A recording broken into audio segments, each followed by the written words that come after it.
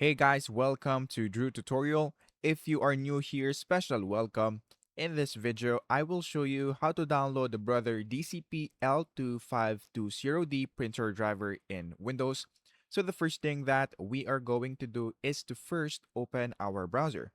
So once you open your browser, on the search bar, just search for this, which is DCP L2520D printer driver download. And then after that, just click on enter. And then after that, just click the first link right here. And then in this part, what we're going to do is to scroll down until you see the driver section. And then we're going to look for the printer driver. Once you see it, just click on that. And then in this part, we're going to scroll down once again. And then we're going to click on agree to the EULA and download. After that, let's wait for this to finish. Once it is done, we're going to click on show in folder, and then we're going to double click on this one. And then after that, once you do that, this folder will pop up.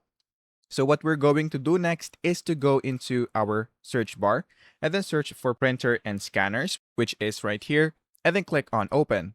After doing so, what we're going to do next is to click on add device and then click add a new device manually.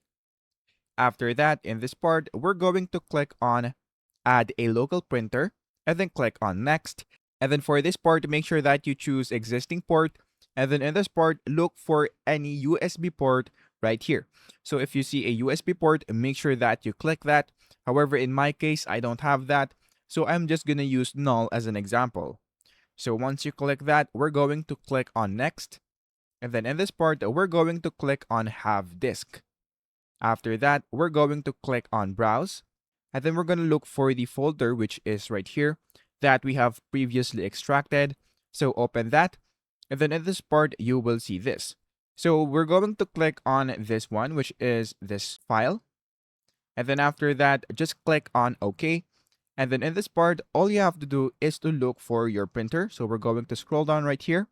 And then once you find it, all you have to do is to click that, and then click next. And then click on next again, and then the driver will now be installed. So if you found this video helpful, please don't forget to like and subscribe. That would be much appreciated. After that, click on do not share, and then click on next again, and then click on finish. After that, you will now be able to see your printer driver in this part. So that is basically it.